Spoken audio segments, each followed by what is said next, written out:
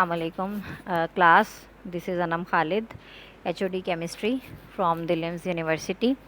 You are all welcome to the online classes.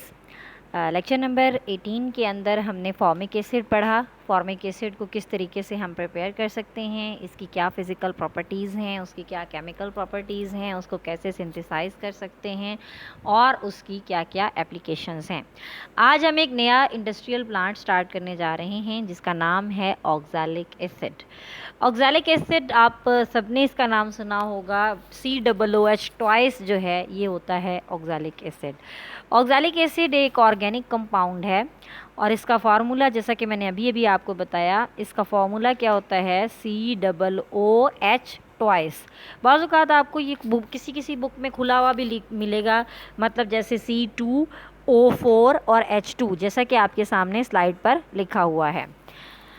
It is a white crystalline solid. ये white, बिल्कुल white होता है और crystalline होता है, मतलब जैसे क्रिस्टल की शेप होती है वैसा है ये, ठीक है। ये वाटर के अंदर कलरलेस सॉल्यूशन बनाता है, ठीक है। इट्स कंडेंस्ड फार्मूला, इसका कंडेंस्ड फार्मूला क्या है HOOCCOOH, यानी इसका कंडेंस्ड फार्मूला ये है कि एक COOH का मॉलिक्यूल जो है वो दूसरे COOH के मॉलिक्यूल के साथ अटैच होता है। Reflecting its classification as simple dicarboxylic acid.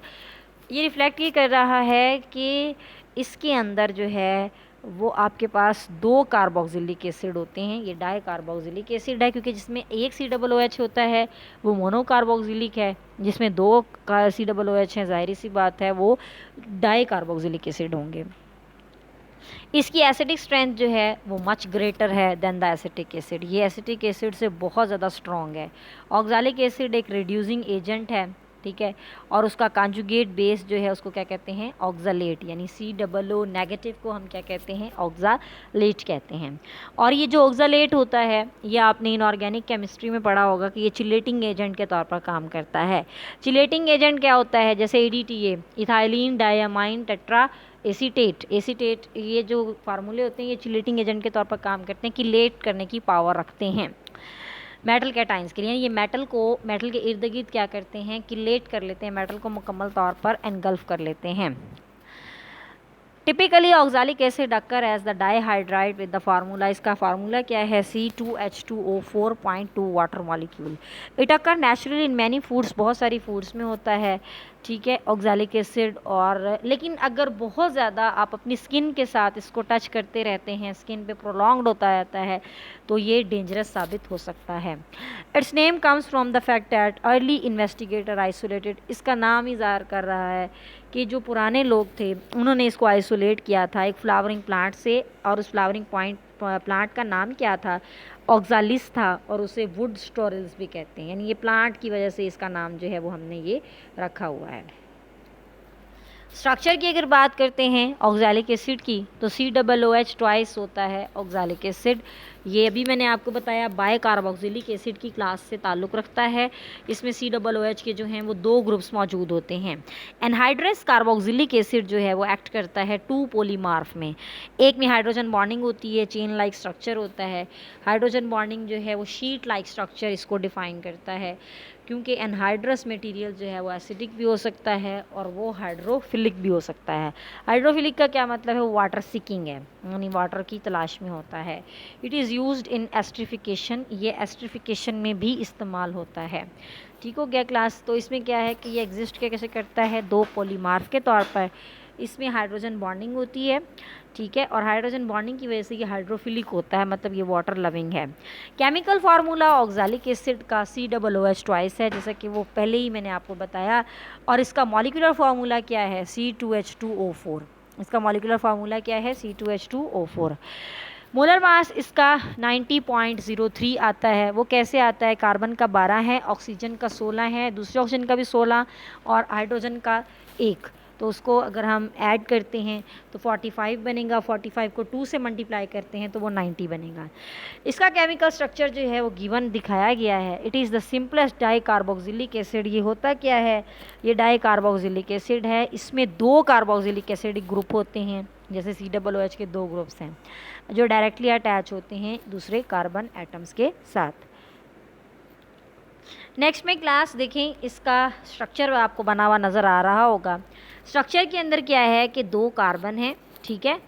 अब ये 2 कार्बन जो हैं वो कैसे हैं, ये दोनों कार्बन हैं, ठीक है। ये डबल बॉन्ड ओ एक इधर आ गया, एक डबल बॉन्ड ओ इधर आ गया, एक OH इधर और एक OH इधर, तो ये COOH एक ये हो गया ये वाला, और दूसरा आपके पास COOH हो गया ये वाला, ठीक है। इसी तरह से आप इसको साथ जो आपके पास स्ट्रक्चर बना हुआ है इसको भी गौर से देखें, तो इसके अंदर हर एक ऑक्सीजन के ऊपर क्या होगा, 2-2 लॉन पेयर्स मौजूद होंगे, यानी ये और ये इस ऑक्सीजन पर। तो ये COOH के ट्वाइस जो हैं वो आपके एक्ट करते हैं एज ए डाइकार्बोक्सिलिक एसिड। इसमें ऑक्सीजन के पास क्या होते हैं, लॉन पेयर्स होते हैं। तो स्ट्रक्चर आपके सामने जो है वो सबके सामने बना हुआ आप लोगों को नज़र भी आ रहा होगा। नेक्स्ट में इसकी कुछ फिजिकल प्रॉपर्टीज़ हैं। ऑक्सैलिक एसिड, पहली बात तो ये ऑर्डरलेस होता है, इसकी कोई भी स्मेल करैक्टरिस्टिक जो है वो नहीं है। Crystalline white solid with density of 1.9 ग्राम पर ml, इसकी जो डेंसिटी है वो 1.9 ग्राम पर ml होती है। इसका मेल्टिंग पॉइंट कितना है, 190 डिग्री सेंटीग्रेड है, यानी 190 डिग्री सेंटीग्रेड पर जब ये पहुंचेगा तो ये मेल्ट होने लग जाएगा।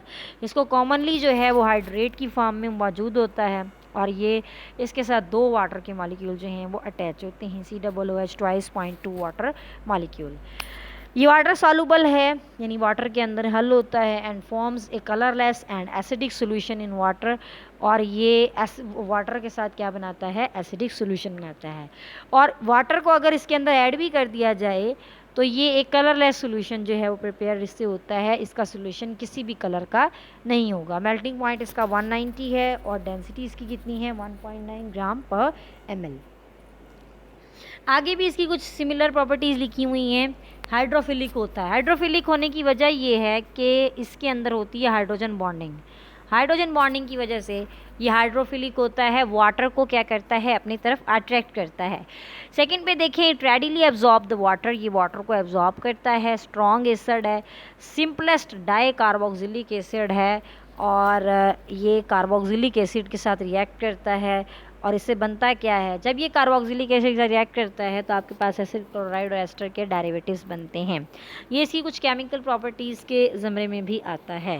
It is a good reducing agent, ये एक बहुत अच्छा रेड्यूसिंग एजेंट है, और रेड्यूसिंग एजेंट के साथ साथ ये एक चिलेटिंग एजेंट भी कंसिडर किया जाता है कि ये चिलेटिंग एजेंट के तौर पर भी बिहेव करता है। तो ये इसकी केमिकल प्रॉपर्टीज़ हैं। केमिकल प्रॉपर्टीज़ कुछ जो हैं वो इसके बाद आगे मज़ीद भी दिखाई हुई हैं। ये अनहाइड्रस है, नोट किया गया है कि ये 2 डिफरेंट पोलीमार्फ की शक्ल में होता है।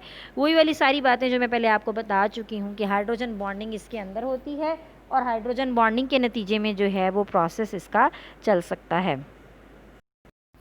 अब क्लास इसके बाद देखें कि इसमें क्या है, हाइड्रोजन बॉन्डिंग की वजह से इंटरमॉलिक्यूलर लेवल होने की वजह से क्या है कि ये आपस में किलेटिंग एजेंट भी है और ये वाटर को सॉल्युबल भी करता है।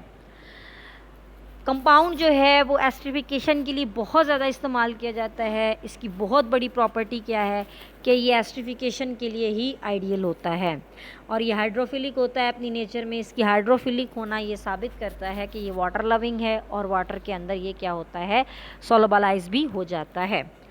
अब क्लास आगे इसके मोस्ट इम्पॉर्टेंट जो पार्ट आया है वो है इसकी प्रिपरेशन का, कि हमने इसको प्रिपेयर कैसे करना है।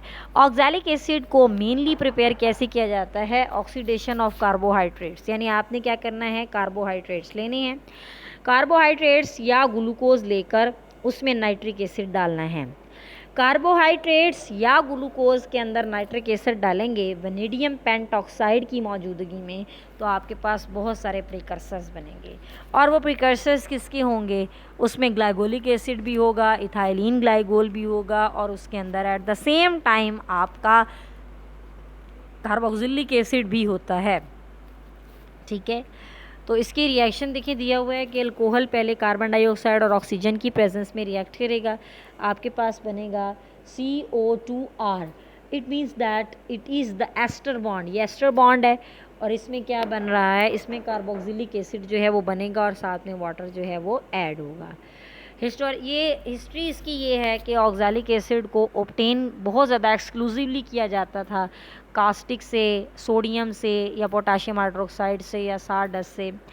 बाज़ औक़ात सोडियम फार्मेट जो होता है, सोडियम फार्मेट को हम क्या करते हैं, उससे भी उसकी पायरोलाइसिस यानी उसको ब्रेक डाउन करते हैं, तो उसकी भी ब्रेक डाउन से हमें क्या हासिल होता है, ये सोडियम हाइड्रोक्साइड जो है कार्बोक्सिलिक एसिड आपके पास आ सकता है। तो फिर आप उसे जो आपके पास सोडियम ऑक्सलेट बनता है आप उसको कन्वर्ट करते हैं किसके अंदर, ऑक्ज़ैलिक एसिड के अंदर। तो ऑक्ज़ैलिक एसिड को आप सिंथेटिकली इस तरीके से प्रिपेयर कर सकते हैं। नेक्स्ट क्लास में स्टूडेंट्स हम इसको ख़त्म करेंगे ऑक्ज़ैलिक एसिड को, इसके कुछ टॉपिक्स और देखेंगे, इसकी एप्लीकेशंस देखेंगे। अब तक के लिए इतना काफ़ी है, आप इसको अच्छे से देखें सुनें, इसको डिस्कशन क्लास में हम डिस्कस करेंगे। Thank you so much students, अपना बहुत ख्याल रखिएगा। अल्लाह हाफ़िज़।